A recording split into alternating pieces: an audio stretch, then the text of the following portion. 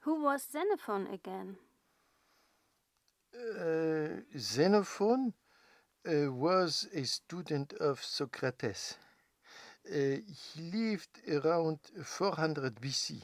He was a politician, a general, and writer, especially in the fields of history, economics, and philosophy. Why were you interested in him? Oh, that was in the context of my work on the history of sexuality. Uh, More specifically, because of my interest in the techniques of the self, the care of the self, and so on. You mean practices of asceticism, the ancient techniques of listening, reading, and writing, the procedures of the daily examinations of one's conscience, and the frank and fearless speech between teacher and pupil, and so on? Exactly.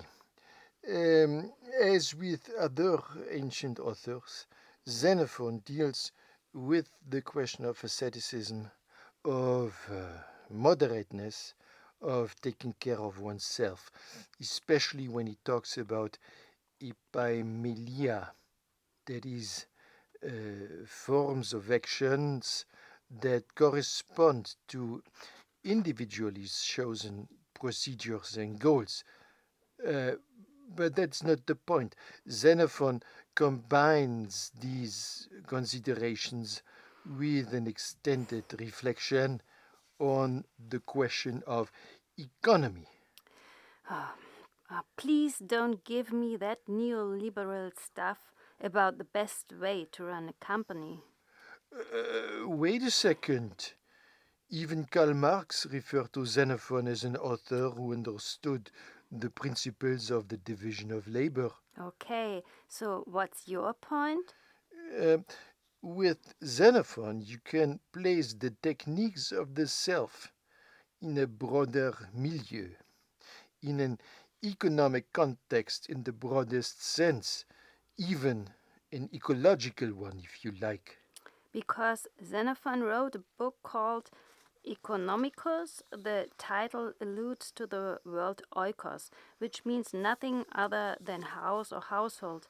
Economy appears here for the first time as the study of the laws that have to be observed when running a household. Well, the interesting thing about Xenophon is that he is concerned with agriculture. According to him, the oikos comprises more than just the house proper. It also includes the fields and possessions wherever they may be located. So the techniques of the self refer back to the existence of a kind of farmer. Xenophon is initially concerned with the type of architecture. He starts from the concept of shelter. According to him, humans cannot live in the open air like beasts. They obviously need shelter.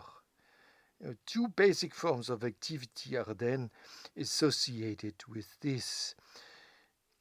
On the one side, that of the man, production, the rhythm of the seasons, waiting for the harvest, respecting and foreseeing the opportune time. On the other hand, that of the woman, preservation and expenditure, ordering and distributing what is needed, orderly storage above all. Seriously? You are still coming up with the relevance of these ancient role models? On the one side, the male being the outside, on the other, the female, the inside? What an overload of clichés. I guess I never understood what fascinated you so much about antiquity. The only thing I find halfway convincing is the connection you draw between the question of the self and the problem of the house. This is a link to your earlier interest in architecture. You mean the heterotopias? Yes, but also your studies on the architecture of the hospital. Right, the machines for healing. Exactly. And everything that the working group you led has done on the politics of the habitat, also with regard to housing in 19th century cities.